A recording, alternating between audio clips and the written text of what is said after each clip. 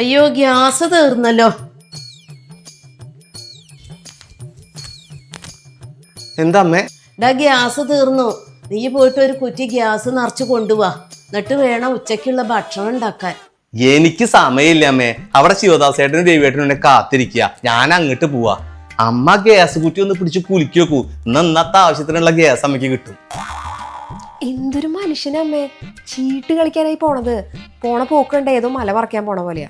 യോഗം അല്ലാണ്ട് എന്ത് പറയാനാ. നീ അപ്പുറത്തെ വീട്ടിൽ പോയിട്ട് സുമതിനോട് ഒരു ഗ്യാസും കുറ്റി മേടിച്ചു കൊണ്ടുപോയി. അമ്മേന്റെ മോനെ ഞാൻ കുറ്റം പറയാന്ന് വിചാരിക്കരുത്. ഇത്രയും ഉത്തരവാദിത്തമില്ലാത്തൊരു മനുഷ്യനെ ഞാൻ എന്റെ ജീവിതത്തിൽ കണ്ടിട്ടില്ല.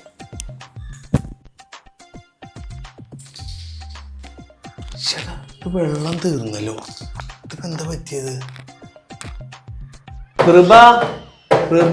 ടോയ്ലറ്റിൽ വെള്ളം വരുന്നില്ല. ആ മോട്ടർ ഒന്ന് അടിക്കോ?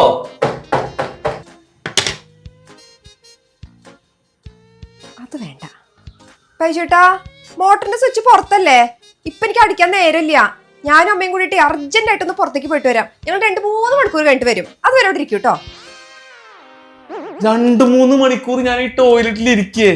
എന്ത് കോപ്പിലെ പരിപാടി അത്. എനിക്ക് വയ്യ. അമ്മേ, ടാങ്കിലത്തെ വെള്ളം കഴിഞ്ഞു. ഇപ്പൊ മോട്ടർ അടിക്കരുത് കേട്ടോ. വെള്ളം കഴിഞ്ഞോ? അപ്പൊ മോട്ടർ അടിക്കണ്ടേ? അമ്മയുടെ മോൻ അവിടെ വെള്ളം ഇല്ലാണ്ട് കക്കൂസിൽ പെട്ടിരിക്കുക. ഞാൻ വെറുതെ പറഞ്ഞു നമ്മൾ രണ്ടാളും കൂടിയിട്ടേ പുറത്തേക്ക് പോവാണെങ്കിൽ കുറച്ച് കഴിഞ്ഞിട്ട് വരുള്ളൂന്ന്. അവിടെ 2-3 മണിക്കൂർ അതിൻ്റെ ഉള്ളിൽ ഇരിക്കട്ടെ. ഇപ്പളാ മോളെ നീ എന്റെ മരോളായത്. അല്ല പിന്നെ, രാവിലെ ഞാൻ ഗ്യാസ് ഒന്ന് കൊണ്ടുവരാൻ പറഞ്ഞപ്പോ അവന് സമയമില്ല. സമയത്തിന്റെ വില എന്താന്നുള്ളതേ കക്കൂസിലിരുന്ന് പഠിക്കട്ടെ. അവിടെ